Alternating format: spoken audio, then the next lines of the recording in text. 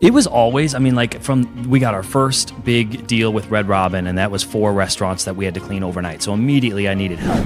Are you a neat freak? I wonder if that came into your head of like, this is what I want to do, or is it just, really just the Google search that got you into it, and then how did that expand into your business now? Whether they needed a lock change or roofs repaired, that was what we were doing. And for the last 10 years, that was my business. All of that led to me knowing I can service a home, I can work with blue-collar professionals, and this short-term rental industry was needing exactly that. You hear serial entrepreneur, it's like, I've heard people start flooring companies and roofing companies and bottling companies and cleaning services, and it's like, doesn't matter, they can find their way to success. And that really led me into success probably for the first time, where the company was really thriving. It was good. It went through its lulls, but then when it started to succeed, investing in other companies, investing in startups was really my MO, and was going to be my MO before starting Well and Good. Can you talk to how you fund a business like this? Would this be going out and getting a loan? Is this your personal money coming in? Like, how did you approach it? Maybe give us a couple options. So how do you identify an opportunity like that and then taking it to the next stage? I'm kind of looking, just kind of like going sequential here, but like, how do you go about offering? How do you, closing docs, and like, what's the process going? Welcome back to the Wealth Juice podcast. As always, it's your boys Ryan and Corey here with another episode for you. We are out in sunny Scottsdale, Arizona for Immersion Season 3. Shout out Jesse Ray, Growth House, and today we are interviewing none other than Jonathan Wicks, not to be confused with John Wick. We actually have the real John Wick in the house. That's right. John Wicks. And dude, we're excited to share your story. You've been a serial entrepreneur since you were 19, and so I'm hoping you can unpack your story for us, give us some inspiration, and let people know what you're doing now. Love it, man. Glad to be here. Welcome to Arizona. It's still insanely hot, even though it's the fall. This is how we roll. The evenings are nice though. They're getting that way. Yeah, now, like finally. Low 70s. It was great. So yeah, it's hot, but they say the dry heat, I don't know. That's what they say. Yeah, it wasn't bad. It's not. I mean, we are in a beautiful part of. Yeah, it's amazing. Yeah. I'm just seeing the cars that are driving by, the cacti, if you will, the desert. I just love the landscape. I just feel something about here. I don't know what it is. There's a lot of people infiltrating and living here. Like we've seen. I don't know, it's becoming the land of real estate investors or entrepreneurs. And if just to get all these super powered people in one room is unbelievable. I just can't believe everybody's flying in. No one had a question to fly in. They're like, oh, it's in Scottsdale? Done, I'm in. Scottsdale was a trading post, right? When the West was expanding, this is where all the finest goods and all the finest furs would all be traded. And it's still that way. It's still the Wild West. It's still a pioneering atmosphere. And there's a lot of trading in it now. It's trading of ideas, and it's trading of, like, I think you see people come to this area to grow, to level up. It's a natural place for it. Yeah, totally. Let's get into your story a little bit here. So, like, serial entrepreneur since you were 19. Let's talk about what you did when you were 19 and how you got in, and then maybe like what was going on in your head? What created that need or want or will to become an entrepreneur? Because if you're 19 and you're doing it, it's like something's in there, right? Like something's making that happen. Yeah, so I'm 19, I'm in college. I'm in a college that I don't want to be in. My dad's a preacher, and I had to go to like a seminary. So imagine a college with your degree options being pastor, youth pastor, or missionary. It's tough That's for a Jewish guy. Right? Yeah, Real tough. Pick which lesser of which evil. Yeah, pick which one you want, and you don't want any of them at that point. But I knew I was there. I didn't want to go against the family, and so I was like, all right. So I'm thinking at 19, what am I going to do after I get out of school? I don't really want to work in a church, and so I was just kind of Googling things to do, and everybody said you start a company, because I was a driven guy, and got into doing cleaning. I did cleaning for restaurants and really scaled that overnight cleaning. We were doing Red Robins, Red Lobsters, Buffalo Wild Wings, all of their overnight janitorial cleaning with me and my college buddies, and ended up scaling that to where I had a ton of crews and sold it to the CFO of the college, who still runs it to the day. I still use all these college kids doing the cleanings. So you started it's just you and your buddies doing the cleanings, and then at what point did you end up hiring cleaners so that you could scale? It was always, we got our first big deal with Red Robin, and that was 4 restaurants that we had to clean overnight. So immediately I needed help, and I'm broke, so I'm just telling my buddies like, hey, I get paid in 90 days. You cool with floating stuff and all that? And it was all from the start. I was always utilizing my network to work with me. I've employed a lot of friends of mine, and that's been successful. I think there's pros and cons to that, but there is a bit of, from the start, I was like, hey, let's get the crew together and start working. And then it obviously went into employing folks that I don't know and all that. But that was the start. It's fascinating that you a little bit full circle from your first business, what you're like focused on now. Like it's not just cleaning, but basically you partner with owners and property managers to handle the cleaning services and the linens and the sheets on short-term rentals specifically. I might be butchering the exact like. No, you nailed it. So I'd love to know about your business now and like, are you a neat freak? I wonder if that like, came into your head of like, this is what I want to do, or is it just really just the Google search that got you into it, and then how did that expand into your business now? Not a personal neat freak, but I do like things to look right, and so a lot of my companies have been in that servicing a property, making things look right, and that was back in the cleaning space. And then I went into working on empty homes, foreclosed homes that were being serviced. Whether they needed a lock change or roofs repaired, that was what we were doing. And for the last 10 years, that was my business. All of that led to me knowing I can service a home, I can work with blue collar professionals, and this short-term rental industry was needing exactly that. It was needing really high-end servicing, and so that's what led me into Well and Good where I am now. Awesome. Well and good. So let's talk about the in-between phase from the 19 to now. Yeah. I know you have some real estate, some other entrepreneurial ventures. When you hear serial entrepreneur, it's like I've heard people start flooring companies and roofing companies and bottling companies and cleaning services, and it's like it doesn't matter. They can find their way to success. So catch us up to the in-between, and then we'll dive more in on your current business and like maybe what you're seeing as what's working. Yeah. So after graduating from college, I sold that company, the cleaning company, and I went into doing, like I said, working with foreclosed homes. We were doing all the servicing. So I was a contractor. That's really what I was, and I was contracting out different services for these foreclosed homes, and that really led me into success, probably for the first time, where the company was really thriving. It was good. It went through its lulls, but then when it started to succeed. You mentioned buying real estate. I think that's one of the biggest things that you do at that point is you want to buy dirt. Additionally, it was investing in other companies. I bought one of my competitors, and so buying that company was a big springboard to growing the one that I had. I ended up selling all that in 2019, selling out the majority of that, and getting into really diversifying my portfolio. Investing in other companies, investing in startups was really my MO, and it was going to be my MO before starting Well and Good. Yeah. Dude, I love this. So it's not so often we get to talk to people that are buying businesses, right? A lot of times our niche, and we really niche down, and we talk a lot about real estate and real estate investing, like all the service companies within that kind of help kind of grow those businesses, right? Which you have. Yeah. Can you talk to us about the process of buying a business? Like, how do you even go find where to buy them? Is there a hub online, and like walk us through the process? Buybusiness.com or something. I know it's definitely not that easy, but I was thinking about it. So walk us through. So for me, it was always things that were right near me. So I knew the space of foreclosure servicing. And so then I'm like, okay, there was people that I knew that were kind of looking for an out, right? And so this was within my network, within people that I knew. And I think oftentimes we are looking for that gem that is, on the other side of an ad or on the other side of a thing. And what we don't realize is that usually what we're looking for, it's closer to us than we think. It's not that thing will just pop out of nowhere. It's probably the dude that you're talking to who's a business owner who's struggling, who maybe wants out, and there's your opportunity. Wow. So how do you identify an opportunity like that and then taking it to the next stage? I'm kind of looking, just kind of like going sequential here, but like, how do you go about offering? How do you, closing docs, and like, what's the process go? I'm thinking for me, the reason I'm asking this is I think about the process of buying a home. Yeah. I know all of the process, but for buying a business, is it as lengthy? Maybe take us through step by step. So, I mean, it was in this case not a super lengthy process. I mean, we were looking at, they had personnels and they had contracts. So we were looking at, okay, we need to transition the personnel, and we need to basically make sure the contracts are transitioned. This was about like, what do you need to walk kind of thing, and getting to that number was really what it came down to. That number oftentimes is not as much as you think it is. And when you start to talk to people who are really in a lot of entrepreneurial spaces, they're tapped out. They are literally like deciding, should I close these doors? Should I keep them open? There's a lot of the baby boomers that are in this position right now that are deciding, what am I going to do? Is this even worth anything? A lot of times business owners are thinking that. So I think if you have a real relationship with the decision maker and you could talk real numbers, you get to that bottom line, the rest of it is transactional. The rest of it is very simple. Get to the bottom line of like, all right, I could get you an out here. Okay. I'm like staring you in the eyes here. No I'm worries. like peppering, ready for the next question. I love this. I'm getting to, it's so interesting.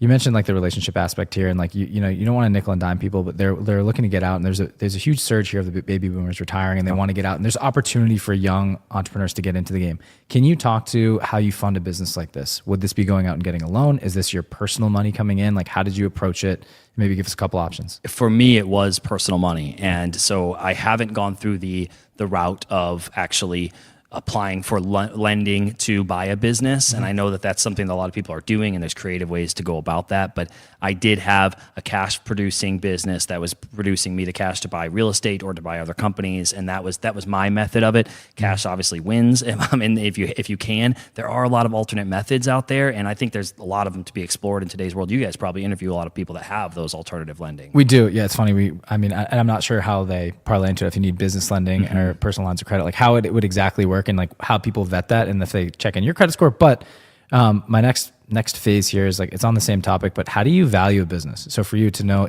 I understand if people are distressed and they're like, hey, I want to get out, that's one thing, but is the business viable and is it going to be successful? Like, how did you kind of value the business before you decided to take the plunge? Well, for me, it's Warren Buffett's philosophy of don't ever buy a company that you don't know, like that you don't fully understand. And so to me, the value of a company has a lot to do with, do you understand it and you know that you're going to be able to operate this successfully? Because just the something that looks good on paper but you don't understand at all is going to really hurt your ability to run that successfully. The person that's operated that has been in the trenches, in the weeds, knowing exactly what's going on. You better know the business at that point. Once you know the actual business, you probably have a good idea of what it's worth. And so like getting the actual information, it personally, I think it's been huge for me.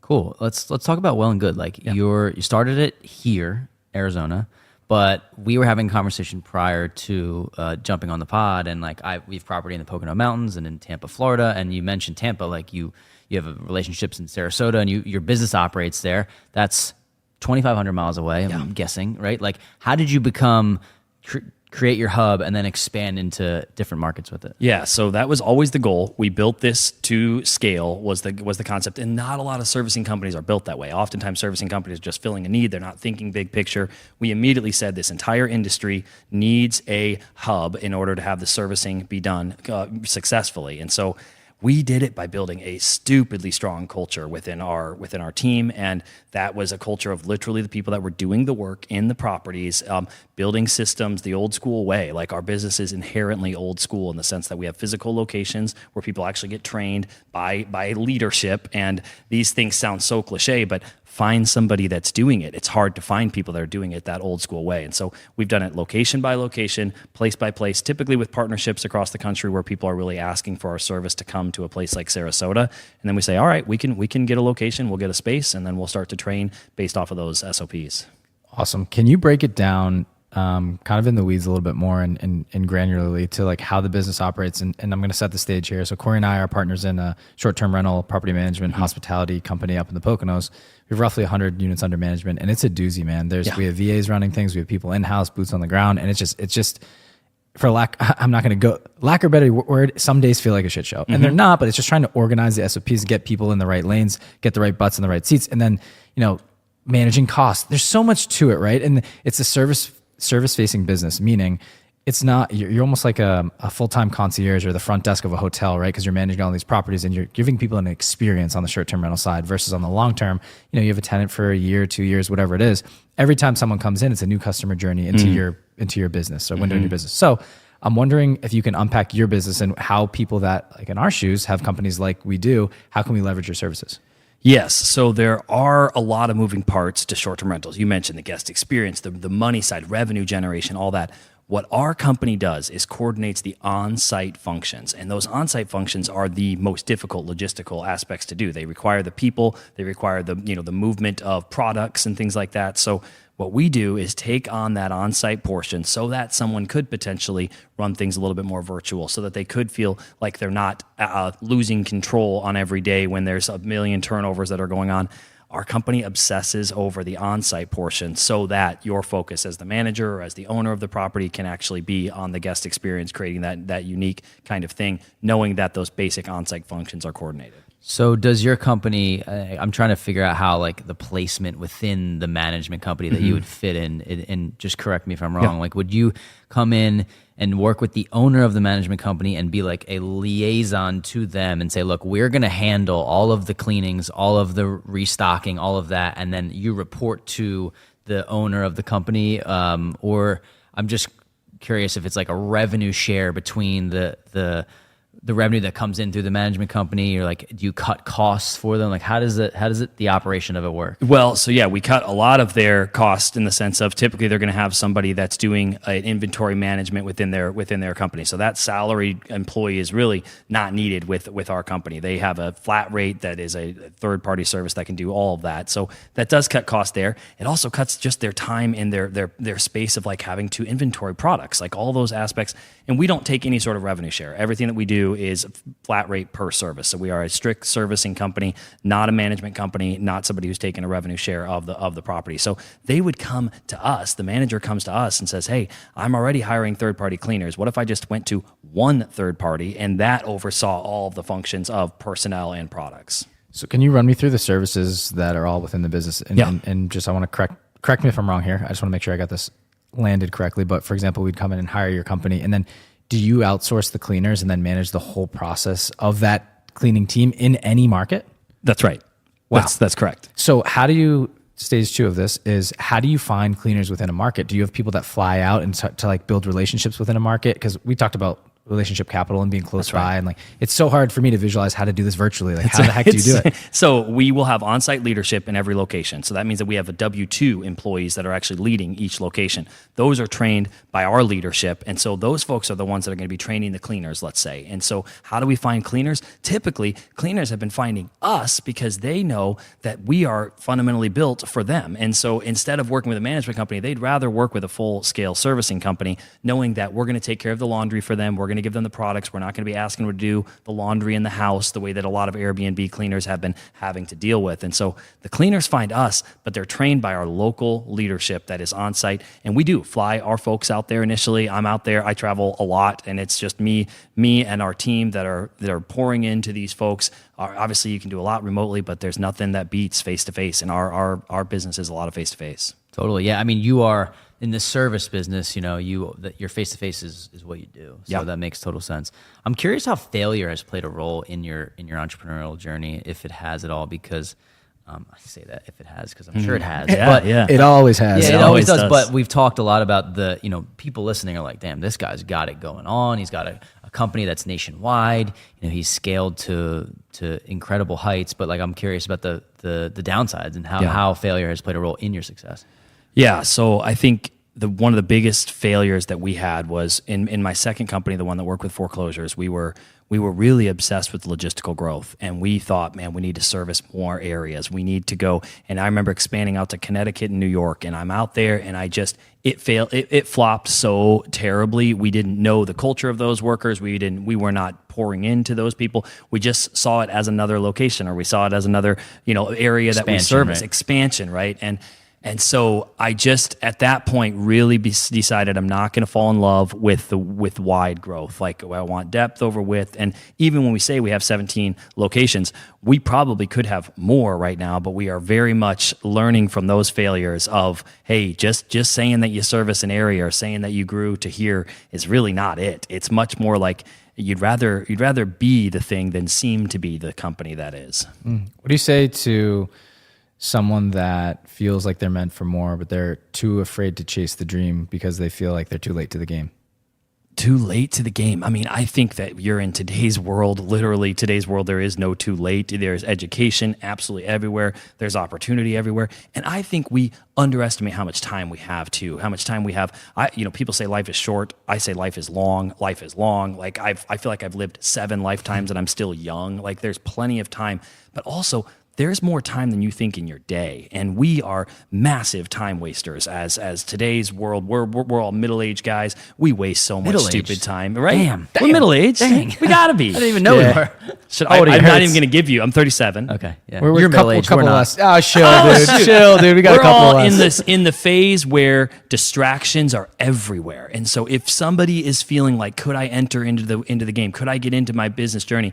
I think it's looking at, okay, you're working 40 hours a week. You've got got 40 more that you could give right now without even changing anything about your W-2, and like start something, and you got plenty of time to do it. I totally agree. And the reason I thought about this more recently is Corey recently left his W-2 job, and we're managing a bunch of different things and businesses. We mentioned to this off camera, but one struggle was like, hey, listen, man, like now I'm in this new life, and like, how do I manage my days? Like, what days should I be doing content? Which days should I be prospecting? Which days should I be bookkeeping? Whatever. There's so many way more intricacies than that, but it's different from like when you change course from the 9 to 5, when you're forced into a routine and then you have to create your own. And you realize like, we could be focusing on prospecting, right? And like getting people through DM leads on Instagram. But then you get wrapped up in the cycle of Instagram for 2 hours. Like, what am I doing? Like 2 hours go by and you have no idea. You didn't mean to do it. And you just get pulled in. There's so many distractions out in the world today. You still have to make time for yourself. I think we weave in going to the gym, or like you could call it meditation or whatever it is, to like get your mental right before the day. Like, that's a big piece. What I found is just getting up earlier. Like, I know that like that's it. The 5 a.m. dreaming, it's so hard when you have kids too. And like I say, everybody's like probably rolling their eyes like, dude, I'm not getting up at 5 a.m. Like,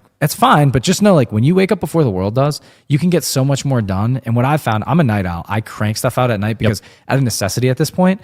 But I get so much more done in the morning. Like, my brain is fresh. There's no brain fog. I can just grind. And if I get up at that 5 a.m., those 2-3 hours before I have to start my official day, I get so much more done. So to you, is there any like habits or rituals that you feel like you've woven in over time that's really led to you getting to the next level of success? I was just going to say, I think that strength finding is one of the most underrated aspects of business, where it's like, I know what I'm not good at, and immediately on every business that I've ever set out to do, I have had a integrator that is with me from day one. And so I do think that instead of that email that's just wearing on me that I don't want to send because I'm terrible at the administrative part and typing out and doing all that stuff, I need to make sure I've got a team from the start. And you can do that even if you're a solo person launching out. You can work with, if it's a person overseas or anything, you can find somebody that is going to help you keep yourself accountable, but then also do those things that are the mind blocks that instead of doing that email, you end up going to Instagram for 2 hours because you have a mind block against it. Can we talk about that? Because I think we're getting to this point where Corey and I, we need to hire that person. And we've done, I know some people are like, you guys don't already have an assistant? That's crazy. And because we're managing, it is crazy because we've tried it, and in certain aspects, at one point we were doing creative financing. We had a VA team that would do cold calls for us, right? And then we'd field the calls, we'd try to close them, et cetera. But like in our business, to free up our calendars, to reply to emails, to do things, there's just so many different tasks that we can offload. We're trying to figure out exactly what they are. But can you talk us through the process? It's hard to find someone overseas that we trust. Yes. So I want someone locally in the States that at least can understand what we're talking about, because a lot of the SOPs and things you tried to explain, they still don't understand it. And I'm like, I'm not spending my time managing this person when I'm supposed to be getting my time back. It feels like I'm losing more time. You're going to lose time, especially if you're hiring somebody who you don't know inherently, you don't trust, right? There is so much lost time. I remember trying to find an assistant. I was just thinking, I am spending so much time telling them what to do. I'm losing time in a net aspect. I just would say you've got to actually trust that process. Like, you've got to trust. And I think from a hiring perspective, I mentioned how I hired people that I know. There are oftentimes people that you know in your circle that would be willing to add 10, 15 hours a day of, to their week that you could bring into your circle, and that you might have a little bit more trust equity built up with right away. I agree it's tough when they're on the other side of the world. But even if they are, it's going to take time to bring in those integrators. And I think it's a necessity for anybody who's actually wanting to start something. I got one more on this. It's hard to put a value on this, right? But what do you pay a person like that to come in? Let's just say, so for example, I have someone in my mind that is on the West Coast. She's amazing. Yeah. And she's helped us with some projects. And I really don't ever have to worry about her. She's really quick on the ball. She's interested in real estate. She's an entrepreneur herself. And I'm thinking about weaving her into our business at some point. And we're trying to figure out how can I put a value on this? How do you know what to pay someone without lowballing them? Yep. Also show the value and motivate them to want to be part of the team. Yep. I oftentimes have said, I'm thinking that this would work for me from a compensation. Let's say I'm saying, hey, I've got $300 to spend in a week. Does that work for you? And asking people what they actually want. So many times people are not always motivated strictly by money. If you're a friend who's on the West Coast, it's figuring out what they want. Maybe it's that they need a schedule that's going to work for them. Maybe it's, it's so many things outside of compensation are actually driving forces for teammates. And so we've tried to figure out, what are your biggest things that you're trying to get out of this job or out of this gig that you're maybe doing? And sometimes you look at the Uber driver, right? They're driving for Uber. They don't love doing that. They're not getting what they want. You could find that same Uber driver, give them the same money that they're making in Uber, but actually give them what they're looking for, which is maybe the ability to work from home or the ability to do things along that line, work with their mind, not with their body. And I think that's what a lot of times people are looking for, even outside of compensation. But I like to say, here's what I'm thinking. But what are you looking for? I love that, man. And thank you. Cause I always go straight to the money, and it's so It dumb. is always to the money. You're right. Yeah. So dumb because, and I say it's dumb, but it's naive in the fact I know what I need on a daily basis now. I have a child in the mix, and my wife works part-time, and I'm like,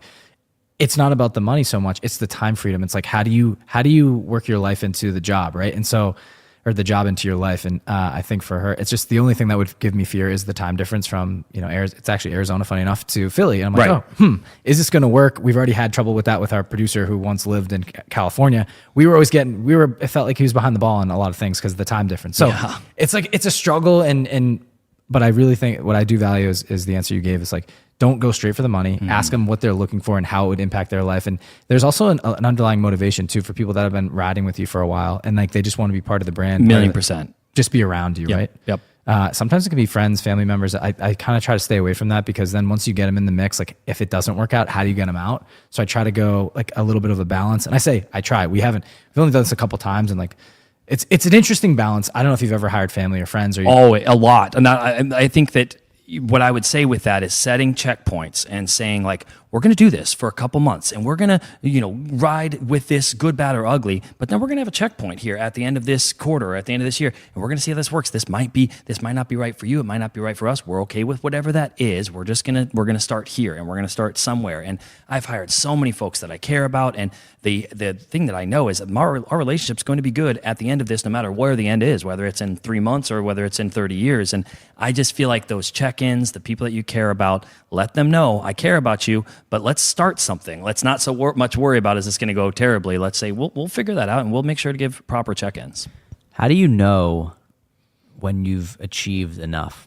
What do you consider enough? And you just mentioned now expansion for the sake of expansion doesn't bring any. Is that going to make you happier? Maybe, probably not. I mean, maybe if it makes you more money, it does. But I'm very curious about when you know that you've made it and enough is enough. I think everyone should be solving a fundamental problem that they see in whatever reason that they got into their business, right? So I see an industry with short-term rentals that absolutely had to have standardization. It had to bring confidence to guests. So when I feel like it's enough, it's more on a daily basis where I feel like I've made impact on people's lives. I've actually done the thing that I said I was going to do. I don't know if there's a broad enough, like big picture, but I think on a day-to-day basis, I feel like there's enough when it's like, okay, I have progressed the problem that I tried to solve. I'm making movement towards that. Because I don't know. That's a tough question when you're talking about enough. Do we ever feel like we've actually done enough? I don't, until an industry that is a huge industry has entire standardization. I don't think I've done enough, but on a day-to-day basis, I can say like we made an impact here, especially on the lives of the people that are working. I guess my question was more personally, like less about, like more so like, you're 37, you've achieved a lot. I'm saying, at what point do you feel like, as an entrepreneur, you don't shut off the faucet. That's not what I'm asking. But what I'm asking is if you love what you do enough, maybe you don't ever reach a point where it's like, I don't need to like slow down, right? But I'm curious, is there a dollar figure, or is there a place, is there a time freedom amount where you're able to, maybe you're already there. Is there a place where you feel like, I've done what I want to do. I don't need to be worth $200 million to be any happier in my life? No doubt. Money, I would say, would not be the threshold there. I think there is a bit of like, for some, for a maverick entrepreneur, you're always a little bit in that run thing. When my run maybe is done, take a CEO. I'm in the CEO role right now. I will not be in the CEO role within 5 years. I'm expecting to appoint a CEO. That will be when I feel like I have done what I can do. And sometimes it even is a bit of humility that says that there's folks who may be able to come in here and do this particular role better than I can. And so maybe it's just that when maybe you feel like you've done enough, when you actually have, not stopped your learning, but you've helped other people come in and build something that somebody could even come and do it better than you can. I got some here. Go ahead. It's funny. We had a little seminar this morning. He and I in our cool bedroom over here. Yeah. And so it's just funny. It wasn't over there. And that was weird. I said a cool bedroom, but we were sharing a room here at Growth House. Please clarify. Not to be weird. We're bunking together. There you go. But it was actually a breakfast this morning. We were talking about, I was just so thankful that I'm here around the people that were around. I finally feel like I'm in the right rooms. And we talked to, it was a kind of a question like this, is like, when is enough enough? And like, it's just so interesting. Like my family side, like I feel really good about that. Like we have an 18-month-old. I feel so fulfilled. My wife and I are really good place. We have the house, we have the kids, we have the car. Like everything's like comfortable in a way on that side of my life. Right. But on my other side, I feel like I'm just scratching the surface. Like I still have the W-2 job while we're building all these businesses. We have a ton of real estate. Like I'm good on that too, but like my potential, I feel like I'm just scratching the surface, but this weekend has validated like being around all you guys who are just like at the next level of things. And like, and I say next level, I just mean next level of your professional lives. And you're doing things at such a masterful level. And to see you guys and like watch how you balance your life. We ask these questions because we can pull and extract information 100%. and implement it into our lives. And I said, yesterday, Cody Barton came up and he pulled up in his Lamborghini, and I just looked at it. And like, for me, my barometer of success always like, originally I wanted to hit $1 million. And like, once I got $1 million net worth, like I made it, got there, and I'm like, okay, but nothing changed. And then, so he pulls up, it's funny enough, he just pulled up in the Lamborghini, and I saw it, and I told Corey, I was like, dude, I don't know what it is, but like, I always as a kid, like said, like, I will officially have made it to my like pinnacle of success. Like when I can be with a 1% and I can own that car and drive it. And so it was like the power of manifestation. I was like, dude, I'm like, holy crap. Like I'm not renting that car. Like it's now one of my guys in my circle that has the car. I'm close. Like I feel like I'm so close. And I went up to him and I was like, dude, this is amazing. Like, congrats on your success. He's like, dude, pop in. And I was like, damn. Yeah. And it just hit me different, dude. Cause it was the power of like, I had to sit in the car to be like this. I don't know how long it's going to take. It's not that far around the corner, but it's like soon enough, dude, like that's yours. And for me, just to be able to buy, I think I have to have it in the driveway to be like, dude, you've made it to the level that you believed in yourself to get there. Like the 1%, you became one of the 1%ers.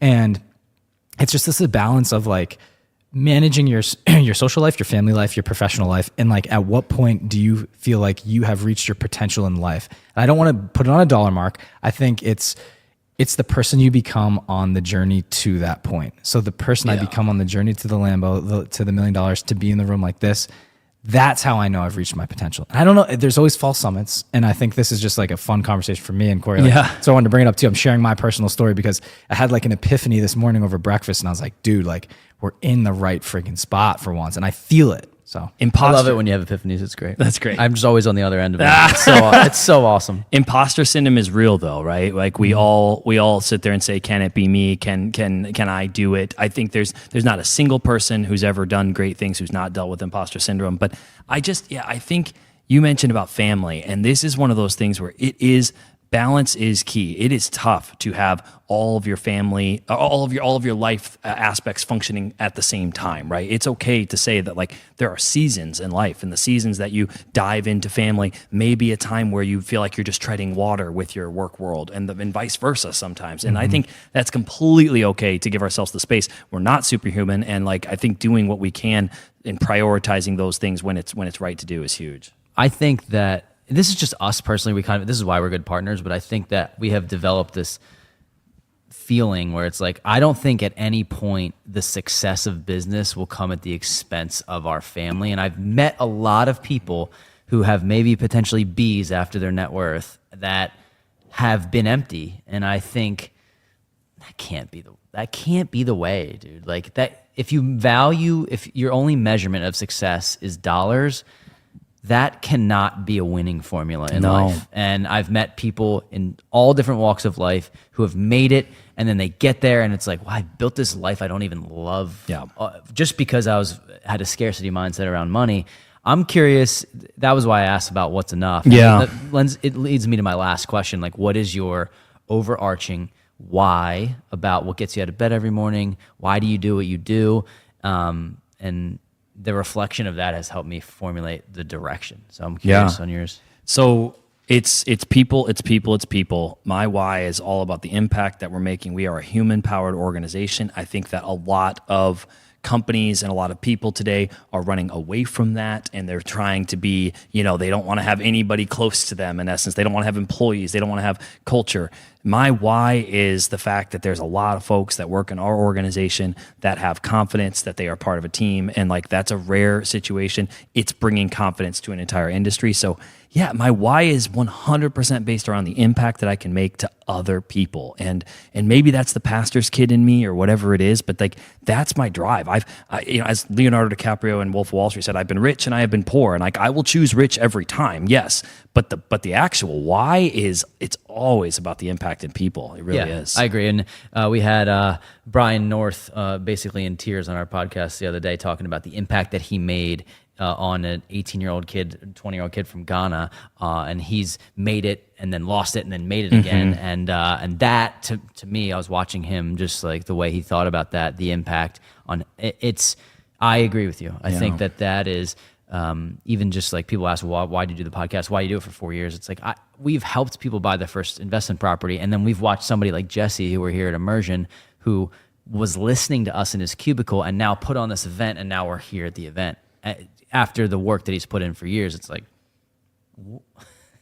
there's no dollar figure that you could put in my pocket that would lead me to be more fulfilled than that. I might be able to buy a Lamborghini. That's right. But that's okay. That's the kind of stuff though that you can go to sleep at night and say like, I've done what I wanted to do. Like you've made an impact. I mean, impact is so much more than, yes, buying things is fun, but like you get to actually feel the mission that you set out to accomplish is happening. It's so funny. And I hope, I don't want to misconstrue people when I mention the Lamborghini and like, but I really wanted to like dive in on the person you have to become in order to be able to do that and afford that by yourself. I say by yourself, but like coming from nothing, going through age 0 all the way up to where you are now, like surrounding yourself with the right people, making the right decisions, putting your money in the right place, putting your right relationships, prioritizing certain things, and just doing the right things when the lights are off and the doors are closed, and just like knowing that there is something more for you, right? And so I say this is a culmination of everything, but I think it comes back to people, which you mentioned, which I love, and like getting in the right rooms with the right people that are good,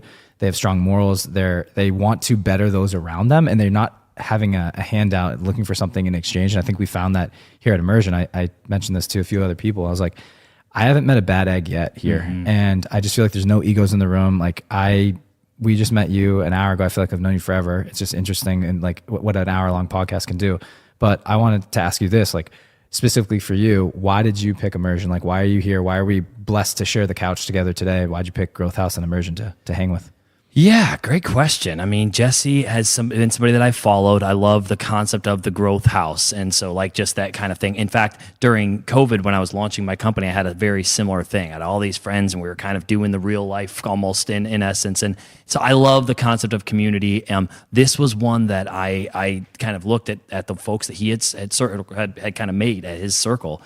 I said, I want to be a part of that. So yes, it is. I have a lot of circles. I have a lot of networks within my world, but you can always expand that. And it is important to keep it tight, but this is the size group that you want. You don't want it to be so giant that you can't get a chance to make deep connections. But yeah, I'm really happy to be here. And Jesse's done a great job of connecting people. It's amazing. Awesome. It's one of my favorite quotes of all time. And it's a very basic one. We use it all the time, but your net worth is your net worth. And I think that's so true. And like, we value relationship capital, and it's a different way of like, someone asks you, it's like, how do you define rich, right? You're like, it's so interesting. People always go to the money. But now as we've gotten older and gone through this journey, it comes back to the people and the circles around you and the impact you're making in the world. So that's right. I say that to say, man, it's a pleasure sharing the couch with you. This was an awesome interview. I'm glad we're in the same circle now. Yep. And thanks for just sharing your journey with us. It's been great. Thanks, fellas. Yeah. You got it, man. Got it.